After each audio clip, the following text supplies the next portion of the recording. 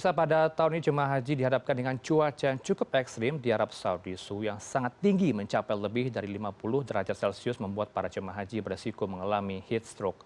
Untuk membahasnya sudah bergabung pada malam ini melalui sambungan daring Dr. Syarif Hasan, Ketua Perhimpunan Kedokteran Haji IDI. Selamat malam Pak Dr.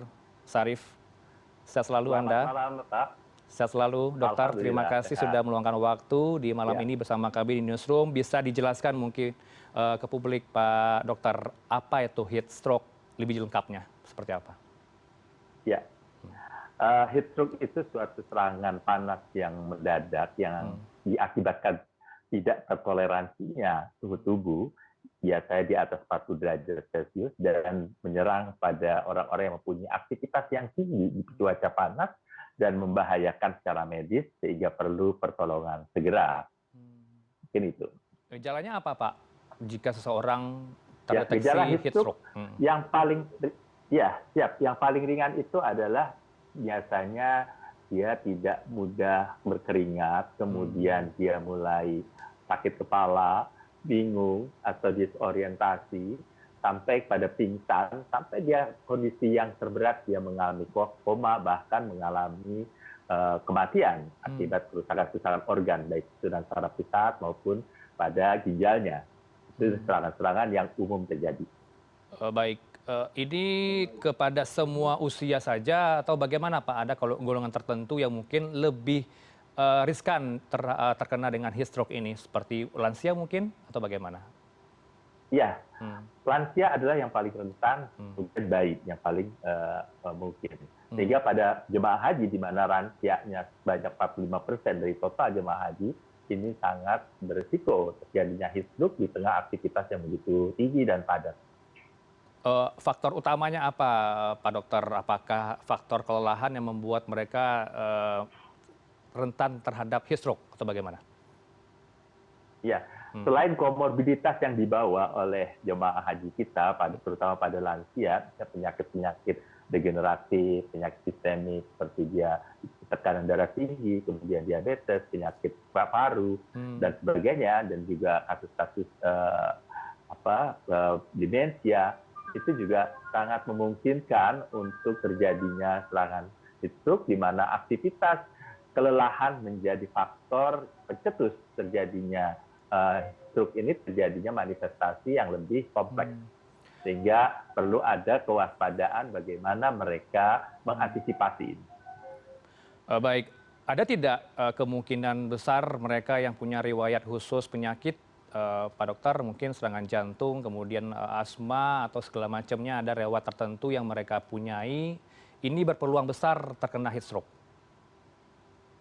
Ya, memang penyakit yang komorbiditas seperti penyakit jantung, paru, dan sebagainya itu sangat beresiko untuk terjadinya heat stroke, di mana jantungnya juga mudah sekali berdebar-debar, kemudian napasnya cepat dan dangkal, terengah-engah, kemudian juga mereka mengalami kram-kram di otot-ototnya, dan juga mengalami suatu kelelahan yang sangat. Sehingga ini terjadi pada hampir semua jemaah lansia melakukan aktivitas yang tinggi, terutama di luar ruangan, di tempat-tempat terbuka. Ini. Baik, langkah apa yang bisa diambil jika mendapatkan gejala heat stroke tadi, Pak Dokter? Ya, pertama kali mungkin kita harus melihat kondisi tubuh kita sendiri apabila sedang mengalami gejala ringan seperti mulai kebingungan ataupun sakit kepala ataupun mulai kram-kram, tentu harus segera ke tempat yang sejuk ataupun ke tempat yang dingin ataupun dengan minum yang banyak agar tidak terjadi dehidrasi yang akut. Dan tentu saja bagi orang-orang yang sudah beresiko itu perlu antisipasi terhadap aktivitasnya. Jangan sampai keluar ruangan misalnya pada jam 10 atau sampai jam 4 sore di mana matahari sedang terik-teriknya, di mana kita tidak mengalami keringatan lagi karena kelembabannya rendah, dan juga akan berbahaya sekali buat nyawanya, sehingga perlu ada antisipasi menggunakan payung ataupun penutup kepala ataupun menggunakan pelindung kulit dan memakai pakaian yang longgar ataupun pakaian yang terang agar mereka terhindar daripada paparan sengatan yang begitu drastis ini. Ya, kita prihatin Pak Dokter dengan kasus yang belakangan terjadi. Kita lihat di media sosial banyak di akun-akun Twitter yang memperlihatkan video tergeletak di tengah jalan karena penyakit heat stroke. Iya. Anda sebagai Ketua Perhimpunan Dokter Haji, bagaimana memotret rangkaian haji pada tahun ini? Apakah lebih berbahaya untuk heat stroke atau bagaimana sebelum-sebelumnya juga, Pak? Terakhir. Iya, karena di masa cuaca yang ekstrim dengan di atas 45 derajat Celcius itu tentu saja sangat membahayakan buat jemaah kita yang sebagian besar adalah lansia yang memang mempunyai kondisi komorbid yang sudah dibawa di tanah air.